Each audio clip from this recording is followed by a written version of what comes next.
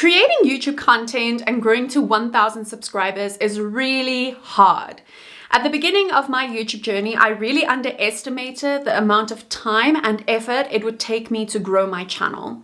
And so in today's video, I thought I would share the worst mistakes that I made when it came to growing my channel to 1,000 subscribers. So this way you can avoid these mistakes and simplify your video content creation. Now you want to hear all 5 of the mistakes that I'm going to give you in this video, because if you implement all 5 of these mistakes and make sure you avoid every single thing that I mentioned in this video, you're going to be able to grow to 1,000 subscribers a lot faster. Now, before I get into these mistakes, go ahead and grab yourself a coffee. Today, I made myself some coffee and I am gonna sit here and drink it with you guys while I go through the list of mistakes. So good. Okay, so let's start off with the number 1 YouTube mistake I made when it came to growing my channel. And that is that I didn't focus on finding data-driven video topics. So I remember in the beginning of my channel, I would always go ahead and just think which topics I thought my audience would like, right? That's what all of these creators tell you to do. Go and find topics that you think your audience will like and make content about that. And then you get other creators that tell you you need to go and do some keyword research and find, popular keywords that you can use in your videos, and that will help you create topics. Now, both of these tips and pieces of advice is good advice, but they neglect to tell you that, growing your YouTube channel in the beginning takes a lot more than just, coming up with the topics yourself. That just doesn't work because you aren't relying on, videos that have been proven to work. And so what I started to do, instead of, just thinking at the top of my head about videos that I could post and, sort of shooting in the dark every single time, is I went ahead and I tried to find trending video topics that I could then go ahead and create on my own channel. Like, let's say, for example, you search your niche on YouTube and you find a video that has 50,000 views, even though the channel only has about 5,000 subscribers. I say only 5,000 as if that is a little amount, but you get the point. So 50,000 views versus 5,000 subscribers, that means this video is trending and it really broke out in the algorithm. So YouTube's algorithm picked it up and it started to grow their channel, right? So by finding these kinds of video topics for my own videos, I managed to start, taking my videos from getting around 500 views or less to getting thousands of views. So literally in the last 2 months, I have posted 8 videos. Now, since I started implementing this strategy that I'm talking about, 2 of my videos managed to go viral. So one literally got me over 20,000 views. And then in between those 2 videos, I also posted other videos that got me over 1,000 views each, right? So this strategy that I'm talking about now, where you do the data research first and you find trending video topics that have done well on similar channels to yours, is so much better. You're going to be able to create videos that ultimately boost your channel. Now, in order to figure out this strategy that I'm talking about right now, where I, determine which videos are trending and which videos I can post on my own channel, I have come up with a really specific strategy called the 3T strategy. So it basically stands for topic, title, and thumbnail. And this strategy will help you find trending topics for your own videos. So that way you don't have to shoot in the dark anymore, right? You can go ahead and create videos that you are so much more confident will actually do well and grow your channel. And so if you're interested in learning more about this strategy, I did create an ebook called A Guide to Thousands of YouTube Views and Watch Hours, and I linked it in the description, so you can go and check it out. Okay, that's enough coffee for now. Let me just put it over here while I talk to you guys. So the second biggest mistake that I made while trying to grow my channel is I placed my focus on too many different places. So a lot of creators will tell you that you need to promote your YouTube videos, right? So that essentially means that you need to go ahead and share it on Instagram, you need to share it on TikTok, you need to share it on your email, and all of these different things. But in order to be able to share your topics, your videos to these platforms, you actually need to be active on these platforms as well. And that means that, you're going to have an Instagram account, you're going to have a TikTok account, you're going to have a Facebook account, and you're actually going to have to post things on there to grow your following, right? So by doing that, and that's exactly what I did, is I had an Instagram account, I dabbled a bit with TikTok, and I have an email list. And so what I had to do is I essentially had to focus on growing 3 different platforms, so Instagram, TikTok, and YouTube, instead of only focusing on YouTube. And that was so overwhelming. I mean, I was so tired, I was bone tired, I was drained all the time. And so instead, what I found is I literally went ahead and I stopped posting on Instagram. So I think I made my last post on Instagram about a month to 2 months ago, and I haven't posted since. And that's because my main focus is now on YouTube, and that has made the world of differences.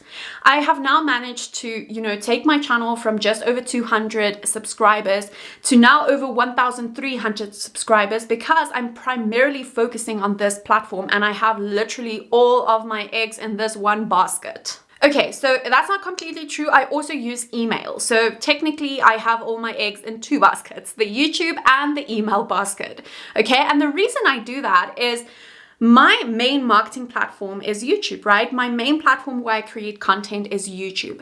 And then I also go ahead and I grow my email list with my YouTube videos. But that's it. I no longer focus on Instagram, TikTok, on any other type of platform, because that just took my attention away from providing the best quality videos on YouTube. Okay, now getting to the 3rd mistake that I made when it came to growing my YouTube channel, and that is that I wrote these long scripts. Now, when I say long, I'm talking long, right? It was almost as if my scripts were a blog post. So I would go ahead and I would write these scripts, right? Word for word, what I would say in my videos, okay? Now, I am not saying that this isn't the right way, because I know that creators, work in different ways. So for some creators, it may be good to have a long script that they can read word for word. But for me personally, I realized that these long scripts really distracted me so much. It took away my personality because I couldn't make any mistakes. Then I would stumble over my words the whole time. And yeah, it just looked super unauthentic. And so what I started to do instead is I started to create bullet list video scripts. I'm actually going to go ahead and place the script that I wrote for this video right over here, so you can see the types of bullet points that I write. So as you can see, I write 5 main topics, like the 5 mistakes that I want to speak about in this video, and then underneath each one of those I also write a couple of bullet points. And so that way I can constantly check my laptop right next to me, and then I can speak out of my heart. So I literally have my laptop right over here. So I go ahead and I read it, right? So I see the one bullet point and I talk about the bullet point, and then I move on to the next bullet point and I'll talk about that for a while, right? So I don't have it word for word anymore. And so the best practice here would be for you to determine, what works better for you. Are you someone who works better with a long script, or are you someone who also works better with bullet points? Let me know in the comments. I'm actually really curious to know. Coffee break. Okay, getting to mistake number 4, and this is a big one, so make sure you listen. And that is that I focused on retention editing. Now, if you don't know what retention editing is, it's basically video editing where you try to insert as many flashy effects, as many different B-roll, different video angles, different text, all of these things into your video to try to get people to watch longer. Now, retention editing really came into play because people's attention spans are getting shorter and shorter. And so a golden rule in marketing and content creation is that you need to make your content as interesting as possible, make it as flashy as possible to keep people watching more. But that has since changed. So instead, what's working these days is people are craving connection more than ever. And so they are looking for creators that they can connect to on a deeper level. And the best way to actually do that is to just sit and talk to the camera, like I'm doing right now. By me talking to the camera and looking at you right now, it's easier for you to see what type of person I am. It's easier for you to understand my type of personality. And so that way it's a lot easier for you to connect with me, right? And so that's what today's consumer is looking for. They're tired of these flashy types of videos that literally add no meaning to their life. They actually want to connect. And so this is really good news for us as creators, because it means that we no longer have to spend so much time editing our videos, right? So when I initially started my channel at the end of last year, I would spend hours, I'm talking 10 plus hours editing my videos. Some of my videos even took me 14 hours, or I'm sure some of them even took more. And so now, by just creating these talking videos and these more minimal style videos, I am able to get more content out in less time. And so I actually created a YouTube video that talks more about this. If you want to watch it, it's right over here. It talks about this new minimal video style that's really taking over YouTube right now. But essentially, my video creation and editing is so much simpler nowadays because I just focus on talking from my heart, writing my bullet point list and just literally looking at the bullet point, talking to the camera, looking at the bullet point, talking to the camera. And this just makes the video creation process so much easier and also a lot more enjoyable. Okay, and now we get to the fifth worst mistake. Well, this is arguably actually one of the most important mistakes that you need to avoid, but let's just go with it. So the fifth mistake that I made is to only focus on my thumbnails for 15 minutes. So my apologies in advance if you can hear it. Someone is cutting their grass, and so I can hear the lawnmower, but I hope you can't. Anyway, so when it comes to designing your thumbnails and your titles for your videos, these two elements are two of the most important things that you can do for your video, because your thumbnail and your title is like the marketing package or material of your video. And so if you don't nail these two things, your video isn't going to perform well because it's going to get a low click-through rate. And so what I started to do, instead of just focusing on my thumbnails for 15 minutes, I now focus like around half an hour to an hour on my thumbnails. And because of that, my thumbnails have gone from looking like this to looking like this. And as you can guess, these thumbnails that I'm creating now have a far higher click-through rate, right? The click-through rate for these new thumbnails range from 7% to 9%, or sometimes even more. And so that's a really good click-through rate for my specific channel. Now, you're gonna have to go and see what click-through rate is considered good in your industry. You can just go and do some research on it.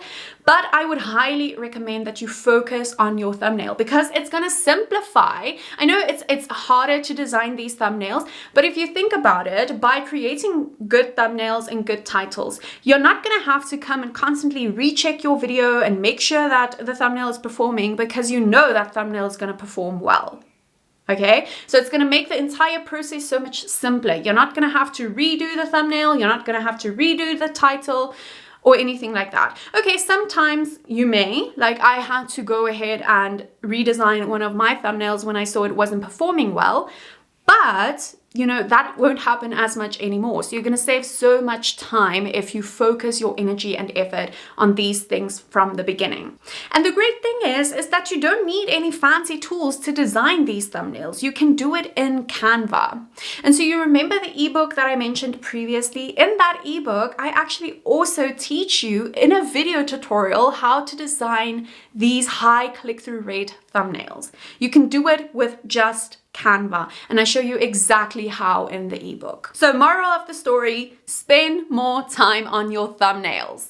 Okay, and there you have it, the top 5 mistakes that I made on my channel and how you can simplify it and, avoid these mistakes to get to 1,000 subscribers a lot faster. So over the past couple of years, I've spent over $2,000 on YouTube courses. And if you want to learn the top 5 things that I learned from those courses, then you can go ahead and check this video out right over here. As always, I hope you enjoyed this video and I'll see you in the next one. Bye for now.